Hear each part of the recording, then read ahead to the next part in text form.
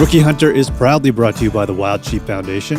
If you'd like to join their mission to put and keep wild sheep on the mountain, you can go to wildsheepfoundation.org, become a member, renew your membership, or become a lifetime member. You can even get yourself some badass WSF merch. All of that can be found at wildsheepfoundation.org. And while you're there, check out Sheep Fever, the official podcast of the Wild Sheep Foundation. Rookie Hunter stayed connected all season long with Zoleo. If you're in the market for a new satellite communicator, go to Zoleo.com. That's Zoleo.com and get yourself a satellite communicator you can rely on. And of course, we're partnered with our friends at North Arm Knives. The spring season will be here before you know it, so head over to northarmknives.com and get yourself a blade.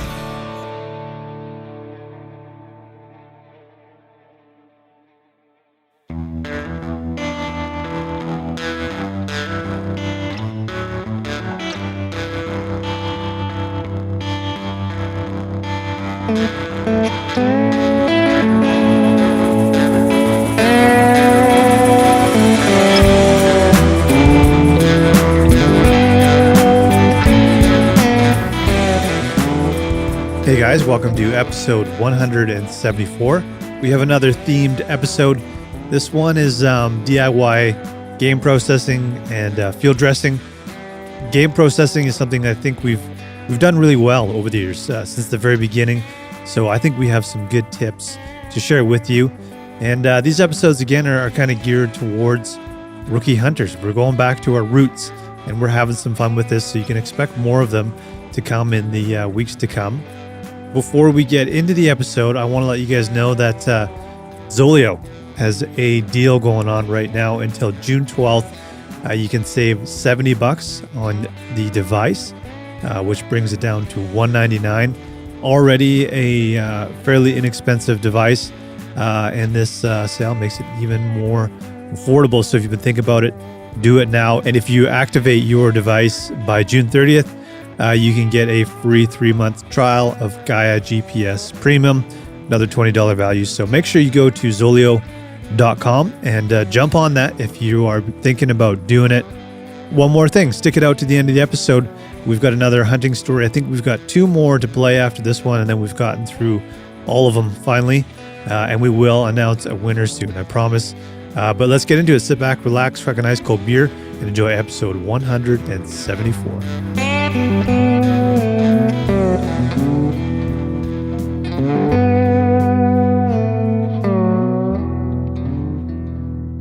Hey man, what's up? How you doing? Pretty good. Friday night, we've got a weekend full of kid sports and lacrosse and baseball and stuff coming up here. I was trying to get you out for a hike, but I'm always like last minute with the stuff. And like, I bet he's got a full weekend planned already. So yeah. Although like I'm happy to kind of like work in the moment and see if we can make it happen still. Yeah, sweet.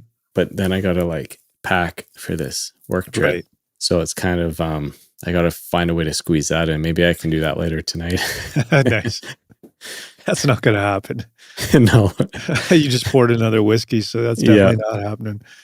Speaking of whiskey, I've got this Nika whiskey from the barrel. It's called. It's from Toronto. It's from Tokyo. Nice, Japan, and it's pretty good. Yeah, it's actually really good. What do you got over there? Anything? That's a good question. This actually, speaking of Toronto, I don't have the bottle handy here, but it's a rye whiskey that's made in Toronto, but I don't remember what it's called. Right. I had an old fashioned here. Nice. Yeah. We've evolved from beer to whiskey and bourbon and rye. Yeah. Wine. Yeah. The beer days seem to be behind us, but that's all right. We can we've refined our taste and try not to get fat from beer. Totally. And you can pack more. You can always bring a little bourbon on your hunt too. Oh, absolutely. It's tough to pack cans of beer out there. That's true. Nice. Today we're going to do DIY game processing. And this is something I feel like we've been pretty dedicated to since the very beginning. It's something I feel like we've actually done a pretty good job with. And I think we kind of got lucky in those early days. We had good meat to deal with and we somehow made really good sausages and stuff like that. But I think we also put in the time to really consider how we were going to do like everything and how not to ruin meat in the field. And that's one of the things I really, really stressed about in those early days before we got anything was like, what is field dressing going to be like? Yeah. And what are we going to do with all this meat once we have it? And kind of kept me up at night a little bit, just not knowing what it was going to feel like. But the first deer we ever processed on our own was our first big game animal was my whitetail doe. How much do you remember from that experience? Yeah, I remember I don't remember having to go too far to find it. And once we found it, I think we took a bit of time there just to realize what all went down. Yeah. It's all kind of like a bit of a shock in the moment, right? And then, yeah, I mean, I kind of feel like in the moment, like a switch went on pretty early to be like, okay, we just have to do this, you know? Yeah. And then you just start and then somehow you find the end. Yeah. It's kind of like a maze, you know, you just kind of, you got to get started and you'll find your way there one way or the other. Yeah. But we definitely did the traditional method. We very much did. Yeah. Yeah. In terms of gutting and, you know. I think that's maybe the only time we did that actually, because we very quickly switched over to the gutless method and we've never gone back. Yeah. I think you're right. What I think is funny from that one is like, it wasn't too far out of town. And so we basically just field dressed. We just gutted the deer. That's it. We didn't skin it. We didn't quarter it. We both grabbed a leg. We grabbed, grabbed front back legs and we carried this thing out and we were able to get your truck somewhat close to where we were. Yeah. There's a Forest Service road. Wasn't in great condition, but you kind of got as far as you could on it. And then we carried that thing down, which I remember being like pretty sore the next day, just from the awkwardness of that, because the head was attached and everything the hide was on. And then we tossed it in the back of your truck, brought it to your place, and I think we hung it up in your garage. Did we not? We did, yeah. And then did we leave it for a few days before we feel like we had cooler temps? Or maybe I feel like we had like some wind flow. You like cracked the garage a little bit. The back door was open. The garage was open. And I think maybe we hung it for like a day or something like that. Yeah. I don't think it was much longer than a day. Yeah. But yeah, we definitely hung it there. And yeah, that was, I think, the first and only time we did it that way. And part of it's just, you know, how much room do you have? You know, do you have a place that can kind of, because like in a way, it'd be great to do that, you know, all the time, right? Just bring an animal home and hang it and you know, especially if you got to walk in fridge and stuff, but you know, you kind of work with what you have. Yeah. We kind of, and then we switched over to gutless method after that. Yeah.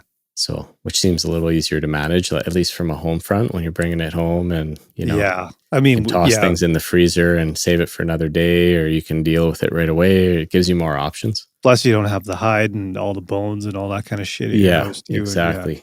And then you're making a trip back somewhere to get rid of that stuff. And yeah, exactly. It's a long process if you're taking, you know, everything to your house for sure. Yeah. Yeah, but for anybody who's new to this, I think you don't need to be intimidated. You definitely need to do your research ahead of time and watch videos. Videos are going to be the key way to kind of wrap your head around it and feel comfortable doing it. I remember reading that Meat Eater book over and over and over again. I always forget the name of Volume that book. 1. Volume 1. The Guide to Hunting and whatever. Butchering and Cooking Wild Game. Great book. And I just remember reading that thing religiously just so I would fresh every time we went out. But we've, for the most part, especially in the early days, we were kind of like focused on like, we want to do this ourselves. And I think we learned a lot from doing it that way. We've definitely kind of leaned a little bit more into like dropping shit off at a butcher now. Not all of it, but at least, you know, a majority of it, especially when you've got like a group of guys. But for people who want to do it on their own, there are some benefits. I mean, like cost savings is one of them. Control over the cuts that you're doing, meat quality. So one of the things that I remembered from our early animals was like adding our own fat from that pig that I had was kind of a cool Mm, thing. Or like buying fat back from like local farmers to get really good, like organic, like fat from a pig, yeah. from a small farm, because that fat makes all the difference. And Yeah. I think it was Brie who said like from those pork chops we had from that pig, like she's like, "Oh my God, I never eat the fat," but that fat was like Yeah. amazing. There's so much flavor in it. Yeah. It was like It was just next melted in your mouth. level. So Yeah. having the control of that kind of stuff, like if you want to go and buy fat back from a local farmer rather Yeah. than bring it to a butcher and not being sure what they're adding to your meat, I think that's a really good reason to do it on your own. However, that butcher that we use in Kelowna, there was a time where we brought in our own fat back to him, and he was more Right. than happy to cut it in with deer meat. So Yeah. maybe not everybody's going to allow you to do that. And then the other thing is just like it just feels good to do it on your own, especially those first times. It's like Yeah. there's real like pride to it, like you killed the animal, you field dressed it, you butchered it, you cut it up, you turned it into sausage, you did whatever. And when you give it to people, it feels really good, I think. Yeah. I agree. Or when you eat it yourself. Like it's like Yeah. Well, you go through all the work and of, getting the animal down and cleaning it and then, cutting things up and keeping that clean. And, you don't want to go through all that 80% of work just to kind of like mess up the last 20%. yeah. And not to say that if you bring it in that's going to happen, but it is kind of nice, like where possible. And if you're interested in it, to kind of, like you say, control it yourself, Mm-hmm. whether it's like making the cuts you want, or, we've made sausages on our own, which were super, like that was really fun to do. We need to do Um, those Vietnamese sausages again, man. From yeah, Renell's book. Those were yeah, really good. it was really good. Yeah. And Yeah. it's so much fun to, share that with other people and say, oh, this is deer sausage. Oh, cool. Did you hunt the deer? Yeah. It's like, we also like made the sausage, Yeah. it's like, oh, I mean, a lot of people don't kind of get the experience to do that, but it's a lot of work, but if you do it in small batches, I think that's the one lesson we've That's learned. key. Not to kind of jump ahead here, but I think if you kind of, maybe just work on 5 pounds, Yeah. do 5 Yeah, pounds of definitely. meat. Don't try to do 10 or 20 because you'll Yeah. need the whole day plus some. Yeah. But yeah, it's a lot of fun getting into stuff like that. It's kind of like, you can go fly fishing and buy flies, but it's pretty cool to make your own fly and catch a fish with it. Yeah.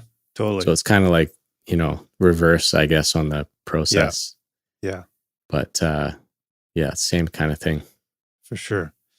So again, the I think these newer podcasts that we're doing, they're really geared towards like newer hunters, people who are just getting into this. So I thought we would do like some essential tools for field dressing and like DIY processing. Obviously, like the biggest thing is going to be a knife. And do you remember what you had in the beginning for a knife, Kelly? Were you using a Yeah. Havalon? At the very beginning, I think I had bought a knife, and it was actually, I can't remember exactly what the brand name was. Something I found at like Wholesale Sports or something. But it was actually more of a skinning knife. It Okay. wasn't, in that it was like super wide and kind of short. And it wasn't, I then kind of moved over to the Havalons and like the folding Yeah. knives where you have the replacement blades. And, those do a great job. You got to be careful with them because those blades can snap. And that's kind of what, Yeah. one, like switching those blades out, especially in the field, like kind of sketches me out a little bit. You're basically playing with the razor blades out there. And then like I had one instance where it actually snapped as I was using it. And, that sketched me out a bit. So Right. I've been more of a fan of like fixed blades. Yeah. Similar to what I started with, but not, the wide kind of short one, which Right. is more for skinning, but more of a narrow, pointy, 3-inch type blade. I think the first one I had my dad's buck knife. like just Yeah, classic buck knife. classics. Yeah. Yeah, and those are amazing. Fixed blade or jackknife kind of style? Jackknife, yeah. Okay. Like, so Pulled those out. they've been around forever. They're awesome. Like the blade, I need to find it actually because I used Yeah. to keep it right on my belt. It's kicked around somewhere. But because my dad had it for so long, and I've been having like you can see the blade has gotten smaller and smaller and smaller just from sharpening and shit. So it's kind of cool, man. Knives like that you can hand down. And the Havalon thing seemed like a bit of a craze for a while when we first started hunting, and it seems less so Yeah. now. And it's more like the fixed blade things that we have now. Yeah. And obviously you see ones where there's like handles. It's kind of like this, right? But the handle is kind of like a hollowed out piece of metal. Right. Like you can see through the middle of it, basically. Like they're trying to keep the weight down. Yeah. A lot of them will wrap like parachute cord around them in case you Yeah, need Montana Knife Company, I think they've got some really good knives that are similar to that. Yeah. Yeah. Yeah. Which is cool. But like you say, I have noticed that a lot of those knives, like they also used to be the replacement blades on the end. Right. But I have noticed a lot of guys going back to that lightweight knife, but it being affixed kind of all the way through, you know? Yeah. One of the cool arguments about like buying a good knife is like you can keep it forever. You take care of it. And it's something that like if it's really, really special, that's something you can keep in the family and pass down. And like, I mean, like my dad's buck knife, how cool is that I still have his knife and can still use it? And so like spending money on a good knife is definitely worth it. But obviously we're fortunate to use North Arm knives. And as far as like field dressing and skinning goes, this is what we've been using is these two knives basically. And for deer and I guess just mainly deer, but the mallard and trout knife, which is just this small blade, has been like one of our favorites.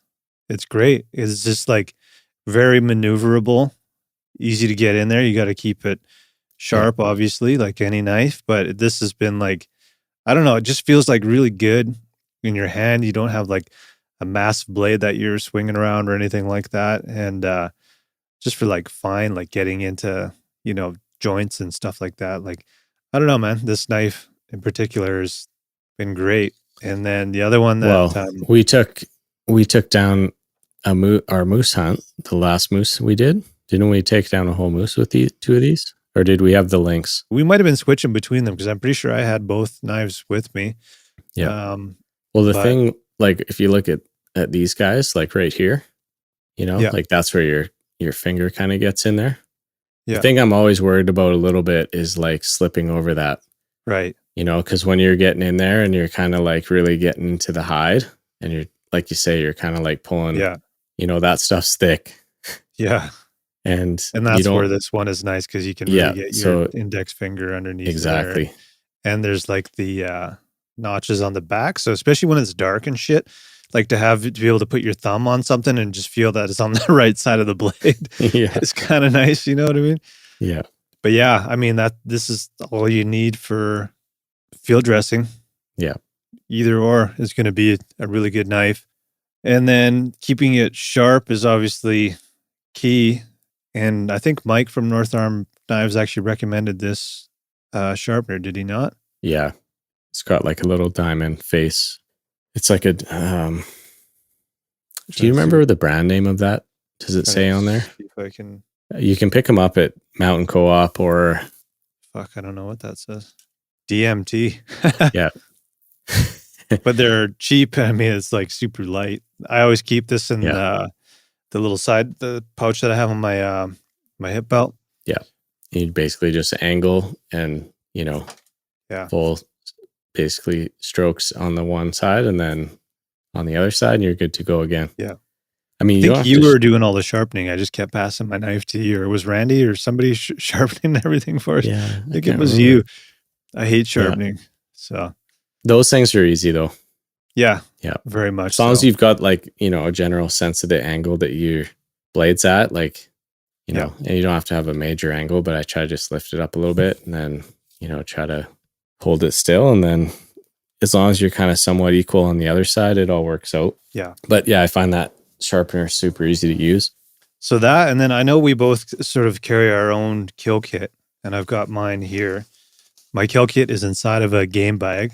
This is actually Connor Gabbitt's game bag. He gave me some blacktail, or got mixed up or something when I was on that coast or the West Coast hunt. And anyways, I still have it. I never gave it back to him. But this is what I keep everything in. There's certain things I like to keep in here, and I know some people are like, "Oh, you pussy!" Like you got surgical gloves and paper towel, but I think you and I like to keep everything really clean. If it's the meat, if it's our hands and all that kind of stuff. So like I have a Ziploc bag that's got surgical gloves and like industrial paper towel. And then there's more Ziploc bags in here because I like to like put all the garbage and stuff into these Ziploc bags. And even if you want to like throw some backstrap or a tenderloin or something into one of these and eat it when you get back to camp, it's kind of handy. And for small game, I like having Ziploc bags so you can throw grouse in there or rabbit or whatever. So having extra bags is kind of nice and it doesn't add a whole lot of weight. Yep. And what else do I got in here? Usually my knife is in here, my sharpener, obviously like game bags. I just got these ones in here at the moment. I think this is all I could get at the time. Yep. Just standard. I always keep a bit of paracord in here too, just some shorter lengths. I always got like a full length of paracord in my pack, but like just, I don't know, this is probably like 6 feet long or something at the most. So that if you're like working on a bank or something, you can tie off a leg or whatever you need to do or hang up some meat or whatever it might be.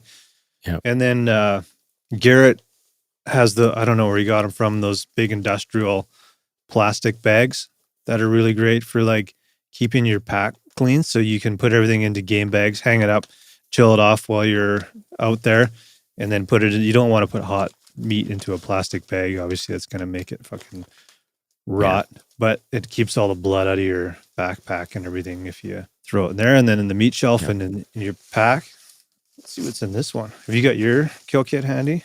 Yeah, I've got one more. It's actually funny because that bag you started with, Caribou Gear.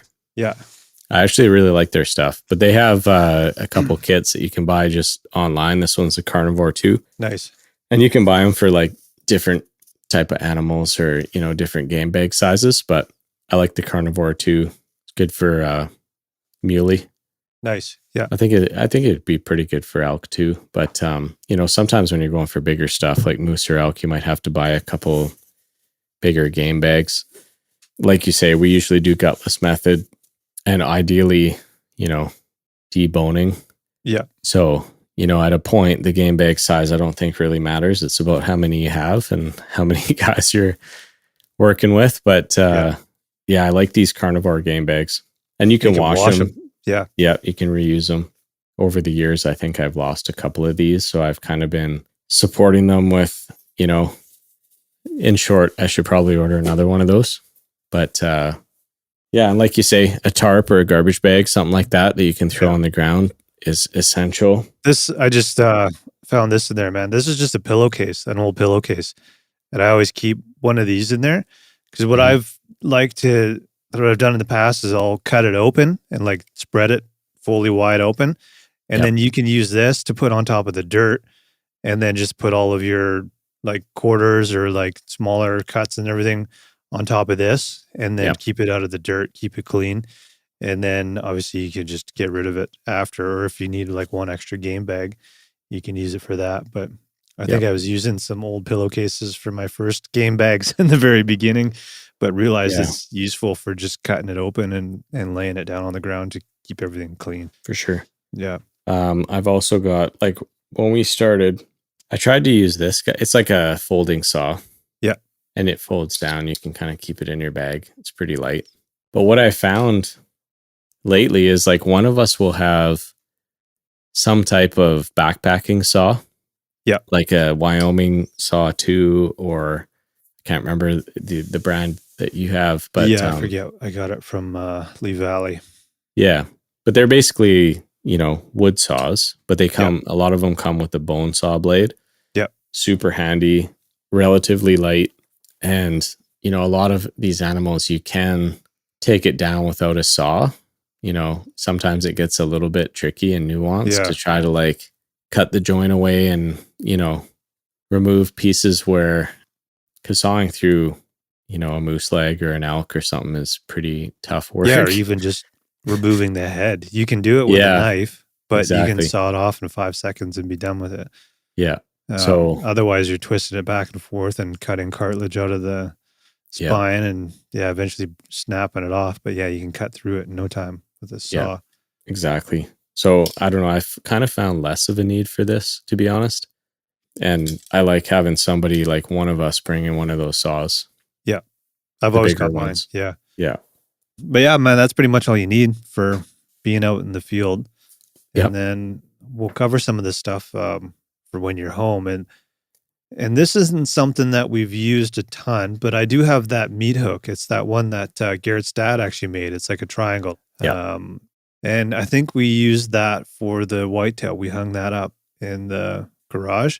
And what I like about actually like hanging meat is that you can be standing upright and working on something versus like if a table isn't at like a bar height, it's just at a table height. You're just like slouched over the whole time, and then your back is just killing you, man. So remember when I did the pig actually at my old place there in my garage, I actually like was hanging stuff up and then working on it that way so that I wasn't just killing my back working on those plastic fold up tables, because man, it wrecks you after a while. Totally. So something to keep in mind. Yeah, like you got all those pulleys in your garage. We should make use of those for stringing I stuff just don't up. know what they're attached to. Should at least go in there and check. Yeah. And or move them around so that they are connected to some solid beams, But the other thing that I liked lately, at least last season, was if you go to Princess Auto or something like and places like that, they'll have they're not cheap, but they have huge cutting boards. Right. You can get like 4 foot by 2 foot or, 3 foot by 1.5 or whatever. Like you can get big white plastic cutting boards. Super handy, especially like once you've broken down the big pieces and you're kind of moving it to the next station. Yeah. Which is like more cleaning and, that type of thing. And before it kind of goes into a bag, which you're either going to freeze or bring down to the shop. But to have some, I mean, you can get by throwing a bunch of cutting boards, like emptying out your camping gear and like throwing a bunch of little cutting boards down. But to have like a couple big ones where they're just planted. 2 big ones would be great. Yeah. Yeah. You're set. You got 2 guys working. And then those bins too. You bought those bins. Yeah. The meat lugs. Yeah. Those are handy. Another purchase from Princess Auto. Yeah. They've got some good stuff in there actually, especially on the food kind of meat processing stuff. For sure. They've actually got a ton of stuff in there. Yeah. And then real quick to go back to knives, I think we both like to use a butcher knife when it comes to kind of like cutting things into steaks or like cubing stuff that's going to be ground later. These are more North Arm knives. You have both of these. This is the chef's knife, and then the what do they call this one? The it's like a Sakura or something like that. Yeah. Isn't this like the? I'm probably messing up the probably name, should have looked that up. I really love this one. But these are like 2 butcher knives for breaking everything down. And I like actually using the fillet knife for cutting off all of the all the white the shit that you're not going to eat, all the tough stuff. Sinew, that's the word I was looking for. Yeah. So having a range of knives is kind of handy for that. Yeah, great. And keeping your sharpener handy.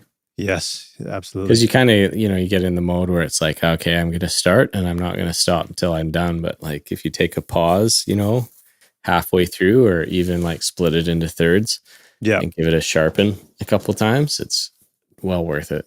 For sure. Vacuum sealer versus butcher paper. Have you done any research on this? We have both. We've done both and we use both. Yeah.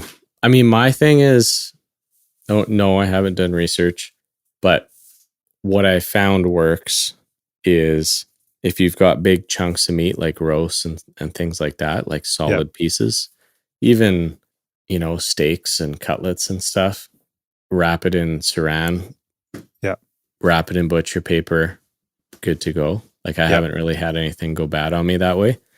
And then if it's more like sausages or no, sorry, not sausages, but like ground. Yeah. Stuff like that. Like we throw it in the bags, twist tie it. Yeah. I'm trying to think like I don't really vacuum seal much that isn't fish, you know? Right. Like I vacuum seal all my fish, kokanee and trout and all that kind of stuff, but I haven't really done a lot on the meat side. So apparently, I did a quick bit of reading on this, and vacuum sealing will actually make it last longer. Yeah. It's just less likely to get freezer burn and stuff because you're pulling all of the air out that you wouldn't be able to do by hand.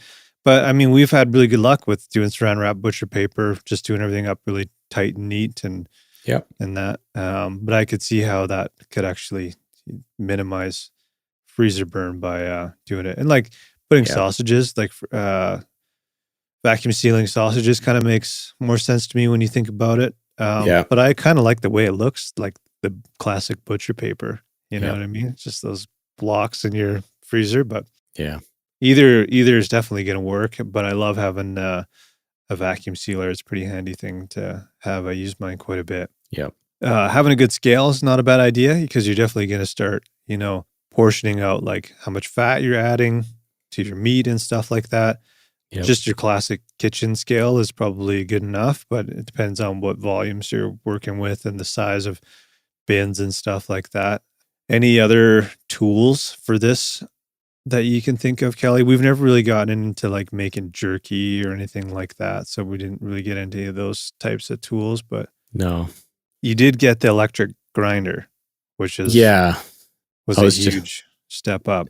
You need a grinder with a decent motor, and I don't know. There's lots of different options out there, so I think folks can probably Google it if you really want to. Yeah, I mean, you can use anything. It's handy to have something with a good motor. Something you're never gonna complain about having too much power, but if you're underpowered, then you start having to slow things down, do things in small batches. Make sure that stuff is very cold before you put it in there. Yeah, I think having a little more power gives you a little more forgiveness on a lot of those different aspects.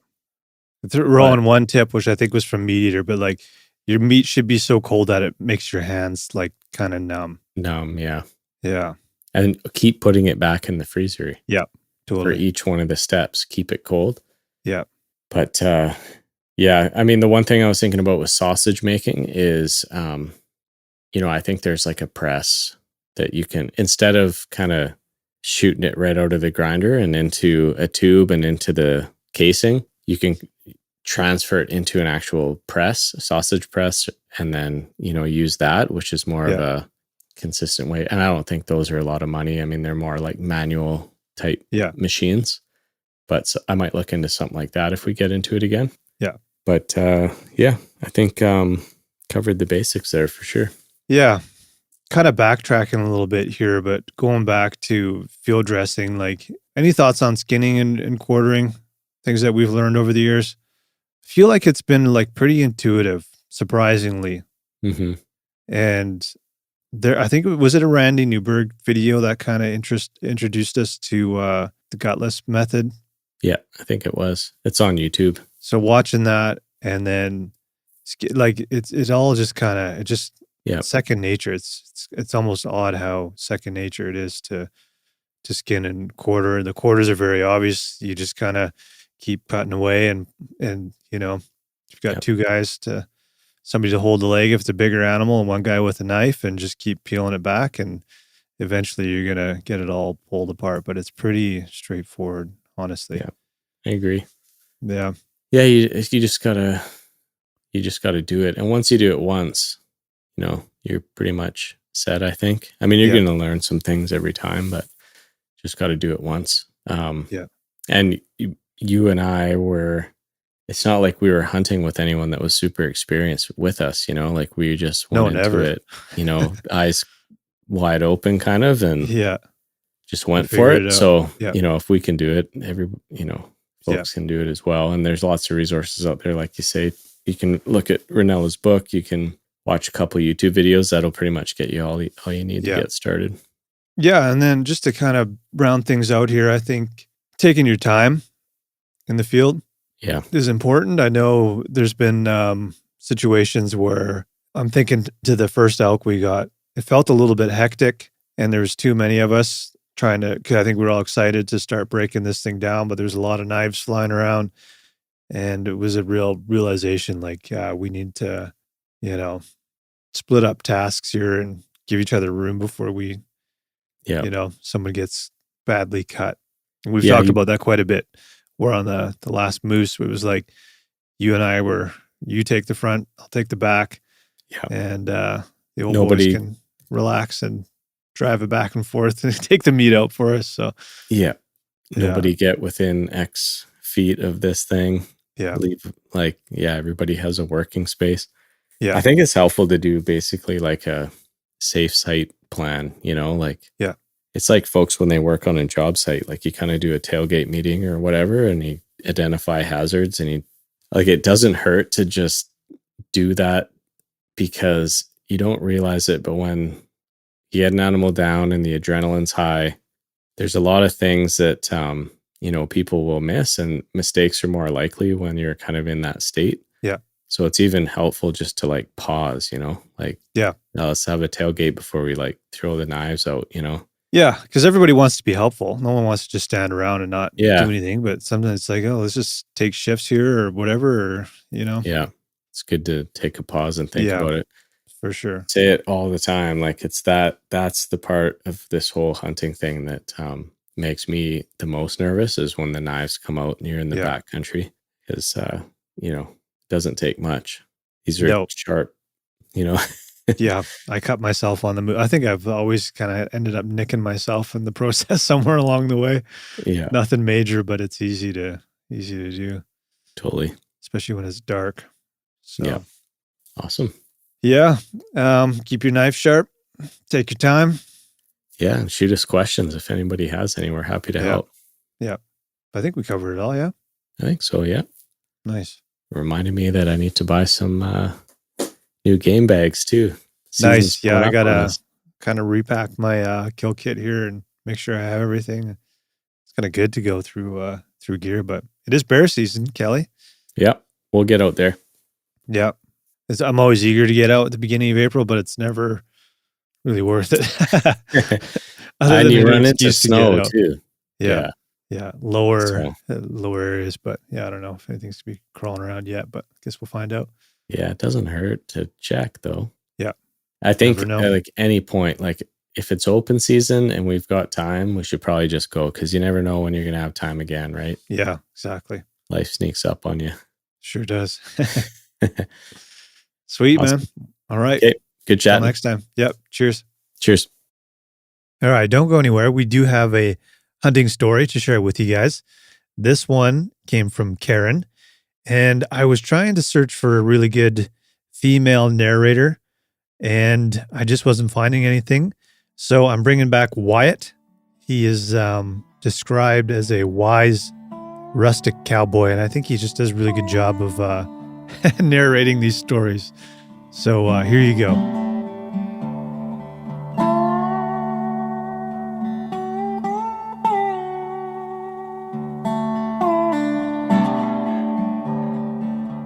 My partner is an avid hunter, and his passion for the sport is infectious. Once we started dating, I was eager for him to show me the ropes.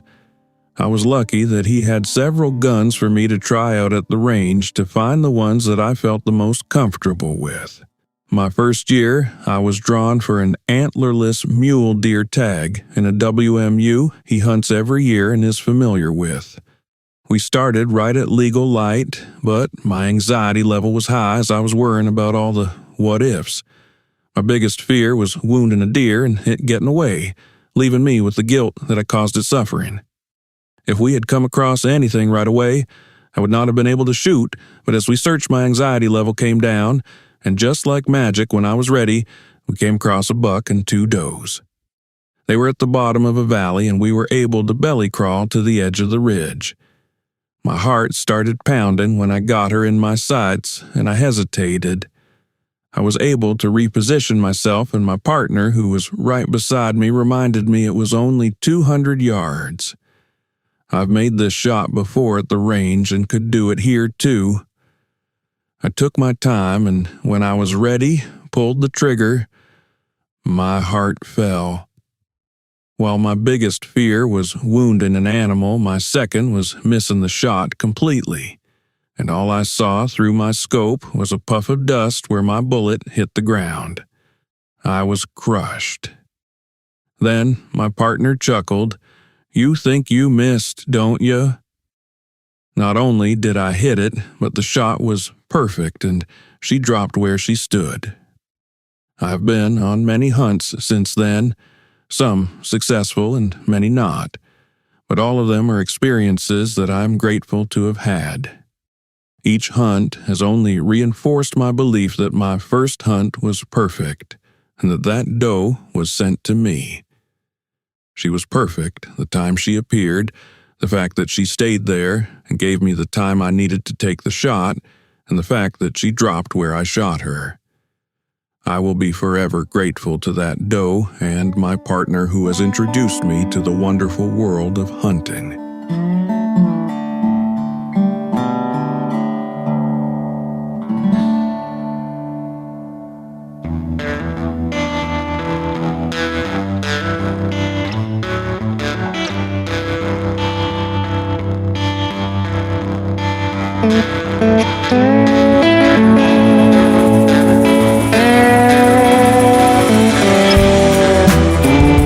There you go. Thanks, Karen, for sending that in. Like I said, we got a couple more stories to share, so stay tuned for future episodes, and we'll get through these last couple. But that's it for episode 174. We will be back soon with another episode. If you have suggestions for topics that you'd like to hear us cover, you can send those in, info@therookiehunter.com, and we will include those. But until then, hope you guys are enjoying the spring season, and we'll talk to you soon. Cheers.